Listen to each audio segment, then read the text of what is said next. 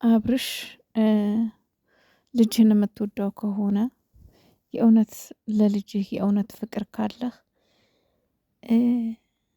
በደንብ ቆም ብለህ አስብበት። በእርግጥ ከአሁን በፊት የደረሰብህ ነገር አለ። ያው አንድ ሌባ አንዴ አይስረቅ፣ አንዴ ሲሰርቅ ከተያዘ ሁልጊዜም ሌባ ነው። ሩታ ስህተት ሰርታለች የሆነ ጊዜ ላይ እና ያቺ ስህተት አሁንም እንደሚወዳት ሁላችንም እናውቃለን። ሩታን ግን ባለፈው ያደረገችው ነገር በቃ ያ ነገር ተመልሶ ይመጣል የሚለው አይነት መሰለኝ። አሁን አብርሽ ትላንትናም እንግዲህ ይቅርታ ብለዋለች፣ ዛሬም ሲለምኑት ነበረ። ጭራሽ ልጁን ይዘው በልጁ ነበር ሲለምኑት የነበረው። ሰው እንደዚህ ልትጨክን የቻልክበት ምክንያት ሄርሜላን አፍቅራት እንዳልሆነ እናውቃለን። ሌላ ህይወት ምናምን የምትለው ያው እሷ ናት። ግን እሷ ላንተ ልትሆን አትችልም። እውነት ለመናገር ያንተ ሚስት ሩታ ናት። እውነቴን ነው የምላችሁ። አንድ ልጅ ተወልዶ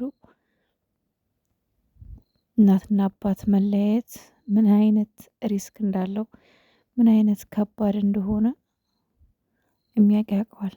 በጣም ከባድ ነው። ስለዚህ እናንተ ገና ወጣቶች ናችሁ፣ ልጆች ናችሁ። አብርሽም ሩታ መለየት መፍትሄ አይሆንም። ቆም ብላችሁ አስቡበት፣ ተነጋገሩ። የእውነት እናንተ የሚያምርባችሁም አንድ ላይ ነው። እውነት ሩታና አብርሽ ትክክለኛ ባልና ሚስት የሚሆኑት እነሱና እነሱ ብቻ ናቸው። ስለዚህ አብርሽ ቆም ብለህ አስብበት። ሴት ልጅ ዝቅ ብላ ወንድ ልጅ መለመን በጣም ከባድ ነው። ሩታ በጣም እየለመነችህ ነው። በጣም ትላንትናም ዛሬም ያሳዝናኛለች። ቲክቶክ ላይ ራሱ ፖስት ያደረገችው በጣም ነው ያሳዝነችኝ። የእውነት ይቅር ብትባባሉ ምን አለበት? ሌላ ስህተት አትስራ ሆነም አብርሽ። ምክንያቱም ያን ጊዜ በእርግዝናዋ ጊዜ ብዙ ነገር ተፈጥሯል። ግን ያንን ነገር አሁን ደግሞ ከተወለደ በኋላ ልጁ ቢያንስ ካየው በኋላ ቢያንስ ለልጅህ ስትል ቆመ ብለህ አስብና ተመለስ ባይ ነኝ።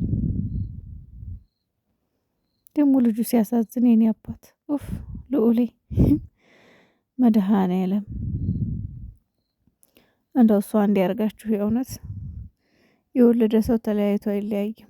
እና አብርሽ ልብህን መልስ፣ እንደዚህ ድርቅ ጭክና አትበል። ቢያንስ ለልጅህ ስትል